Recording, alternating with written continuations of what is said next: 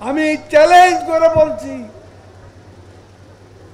এই কারফিউ দেওয়ার পর প্রধানমন্ত্রী শেখ হাসিনা এই সিদ্ধান্ত যখন দিলেন, সেনাবাহিনী নামলো।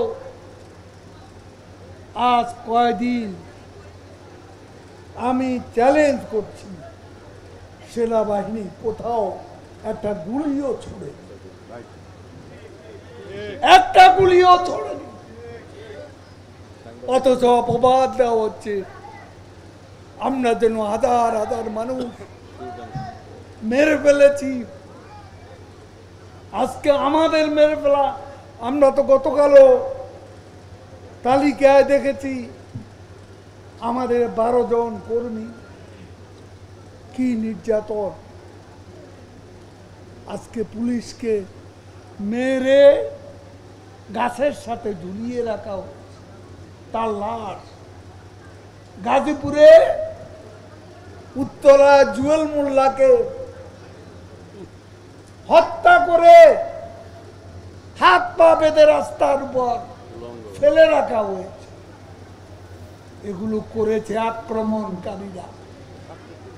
আজকে অনেকে অনেক কথা বলেন,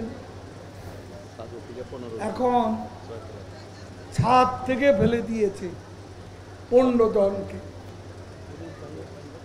এইসব কিন্তু কারা কারা দায়ী?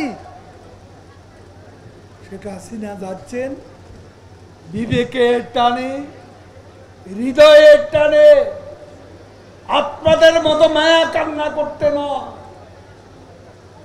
বিবেক আর হৃদয়ের টানে তিনি হাসপাতালে যাচ্ছেন। বঙ্গবন্ধু মানুষের জন্য যা করতেন, তার কন্যাও সেই সহানুভূতি নিয়ে আজকে যাচ্ছেন।